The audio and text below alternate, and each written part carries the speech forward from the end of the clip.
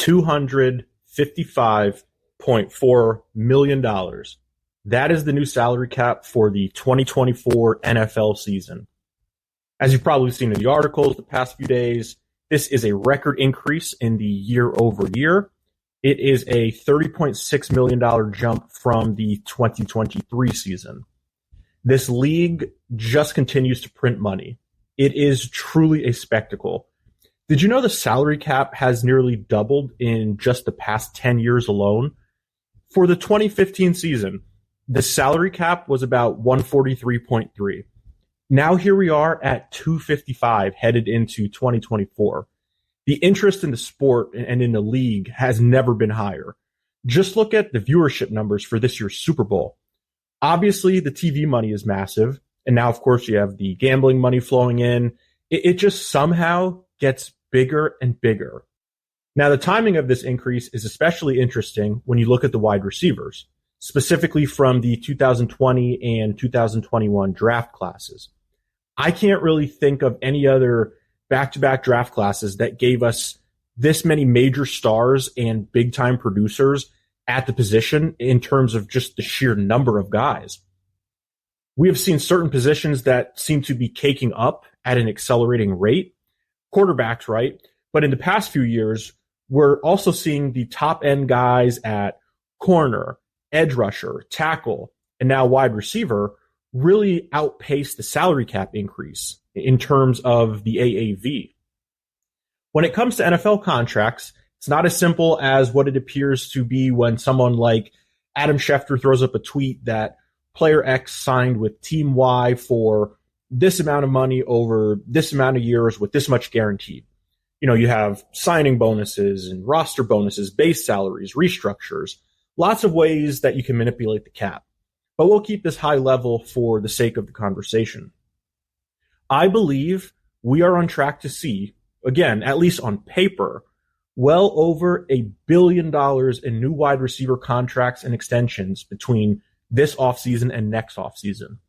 It actually may be closer to 1.5 when you factor in the other guys who will be coming due. DK Metcalf, Deebo Samuel, AJ Brown, Tyreek Hill, Amari Cooper, DJ Moore, Terry McLaurin, Diggs. But let's go back to those guys taken specifically in the 2020 and 2021 drafts. And I realize not everyone is in the graphic here, but here's the list of players where it seems like a foregone conclusion are in for a massive payday. Again, from 2020 and 2021, Justin Jefferson, CeeDee Lamb, Brandon Ayuk, T. Higgins, Jamar Chase, Amon-Ra St. Brown, Jalen Waddle, Devontae Smith. Now, depending on the team and their cap situation, timing of these deals and when they are actually signed or go into effect is going to fluctuate. But let's use Higgins and Chase, given they are on the same team. We're seeing some reports out there that Higgins is going to get the franchise tag this upcoming year. So Higgins will either be playing at the $21.8 million tag number, or they'll get an extension done prior to the mid-July deadline. Remember, Higgins was drafted in 2020. Now, Jamar Chase, who was drafted in 2021, is right now eligible to have his fifth-year option picked up, as well as eligible for a contract extension. So, as a hypothetical, if the Bengals do in fact get a deal done with T. Higgins, they could then exercise the fifth year on Jamar Chase, which guarantees Chase his 2024 and 2025 salaries, and either get a long-term deal done with Chase this offseason or during this upcoming season or during next offseason. Now, I don't think it would ever get that far out. I'm just mentioning it as a possibility. Now, let's say the Bengals extend both Higgins and Chase this offseason. As for Chase, they could structure the contract so that the big cap hit does not set in until the 2026 season. And when I say cap hit, I'm talking specifically about the amount of dollars Jamar Chase counts against the salary cap. Cap hit and what the player is actually paid are two entirely different amounts, okay? Consider it as extending a player who is on a rookie contract as mutually beneficial for both player and team. The player gets his money when the new contract is signed in the form of a signing bonus, The team can then amortize that bonus over multiple years. So put simply, if Chase got, and I'm just making up a number here, call it $50 million guaranteed at signing. It does not mean that the Bengals have to count him as $50 million against the cap that season. Now, we could talk for days about how that amortization works and the rules and the limitations and strategy, but I just want it to be understood that what you see a player sign for or what their average annual salary comes out to very rarely matches up to the amount of money they see on the cap hit.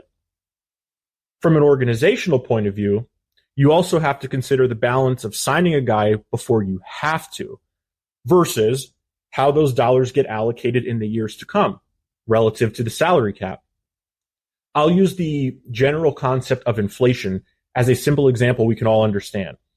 If today you deposited $10,000 into the average savings account, so I'm not talking high yield here, I'm referring to, regular savings account that give you basically nothing in interest. If the rate of inflation is, say, 3%, well, 1 year later, that $10,000 in terms of purchasing power is now worth $9,700. So you lost about $300 simply by letting it just sit there. When it comes to the salary cap, think of that math working somewhat in reverse. I'm talking from the team's perspective. What you quote unquote agree to pay today becomes a lesser and lesser amount against the cap, percentage-wise, with each passing year. So if a player signed an extension during the 2022 offseason when the cap was at $208 million, well, if the way the team structured the contract was so that the cap hit would count as $20 million in 2024, that comes out to 7.8% of the total salary cap this upcoming year. Whereas in 2022, when they signed the player, if they had to count that same $20 million against the $208 million cap that season, it would have been 9.6% of the salary cap that year. So you can see how it benefits both parties. Player gets a boatload of cash up front, and the team gets to count the money against the cap down the road into a higher total salary cap. Now, I don't think you can just expect the salary cap to increase by 13, 14% each season like we just saw, but the trend does show overwhelmingly it will go up season to season. The other thing you need to understand is present day, all 32 teams have zero issue covering the player payroll. That is a fact. The NFL is a hard cap sport, and the cap is the great equalizer when it comes to building your roster. Everyone has the same amount of money to spend. It's why we see so much parity in the league. So the best organizations, like the Kansas City Chiefs, the 49ers, the Eagles, the Steelers, what sets those teams apart is their ability to draft well and to re-sign the right guys, waive the players who don't add value, sign the right guys in free agency. It simply no longer matters what city your team is located in or how big a market it is. The salary cap levels the playing field. There is no reason in 2024 why a team wouldn't maximize its salary cap. Now, I'm not saying teams should grossly overpay guys for no reason. I'm just pointing out that the money every team gets from the television and gambling deals and the revenue sharing, it is significantly higher than the roster salary cap. So whoever best uses their cap puts themselves in a position for success. Doesn't guarantee you a Super Bowl, but it absolutely matters and it factors into sustained success. When you think of those teams, what do they all have in common? Elite general managers. Brett Veach, John Lynch, Howie, Omar Khan in Pittsburgh. So what can we expect to see with this next wave or two of wide receiver contracts? Well, amongst the players I previously mentioned, there are tiers within that group. I'm not going to break that down across, 12, 13, 14 players, but I feel pretty confident in saying the three guys who will surprise some folks with their extensions are Justin Jefferson, CeeDee Lamb, and Ja'Marr Chase. Again, can't predict the exact timing, but those are the guys who are probably looking at a floor of, call it $32 to $35 million per year. As far as guarantees, probably looking at somewhere around, again, a floor of $100 million in guaranteed money. I think Jefferson likely gets the overall top amount of money, but those three guys are going to be very close. Jefferson, Lamb, Chase. I think we can expect a similar cadence to what we saw with the quarterback extensions last season. In terms of dollars, let's use a 5-year model. I think we could see 5 years, 175, 180 with 120 million guaranteed for Jefferson. Lamb, maybe just under that, but we'll see. Jerry loves his stars, and CeeDee Lamb is a massive star. They nailed the draft pick. His production has been absurd, and he's also been very durable. Lamb has only missed one game in his entire career. And that's not to say the other guys are going to be far off of those numbers. I can see someone like Brandon Ayuk coming in at, say, 5 for 130 with 80 guaranteed.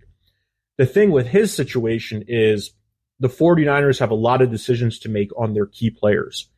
Christian McCaffrey, Samuel, Kittle, Fred Warner. They're also going to have Purdy coming due next offseason. Mufanga comes back next year. If he returns to form, they also have to figure out, what to do with his deal. Now, if Ayuk were to hit the market as a free agent, I think that number increases.